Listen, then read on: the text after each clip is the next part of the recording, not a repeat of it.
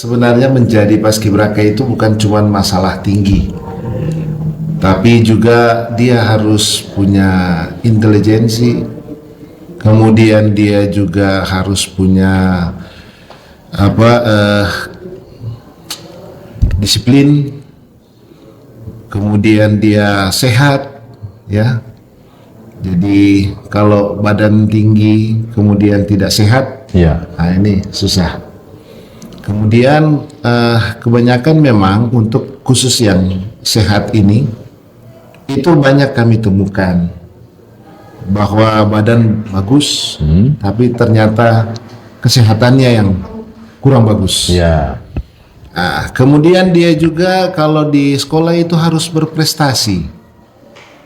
Makanya di paskibraka itu ada kreativitas yang seringkali kita nampakkan untuk sebagai rekreasi anak-anak. Nah, itu mereka banyak yang bisa bahasa Inggris, pidato bahasa Inggris. Ya. Jadi di sekolah pun mereka punya ranking. Rata-rata 10 besar. Gitu. Jadi tidak hanya sekedar itu fisik. Jadi memang sebenarnya kan menjadi paskibraka itu adalah kader, Ya. kader bangsa. Betul. Yang dimulai dari tingkat SMA, kemudian ditempa, dilatih, dibina untuk menjadi seorang yang cinta tanah air dan punya keinginan bela negara. Ya, kalau lagi sekarang sudah ada lagi yang lebih spesifik di mana mereka akan menjadi duta Pancasila. Nah, di Kota Manado kami duta Pancasila Paskibraka Indonesia, saya yang ketua.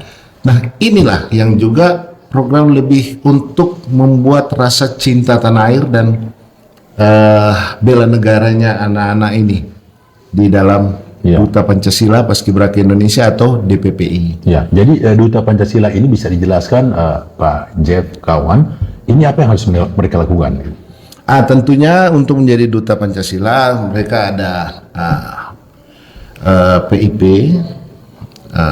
kemudian dia ada tahapan, nanti dia tingkatan, kemudian dia bisa dari 1 kali ikut, kemudian dia naik lagi 2 kali ikut.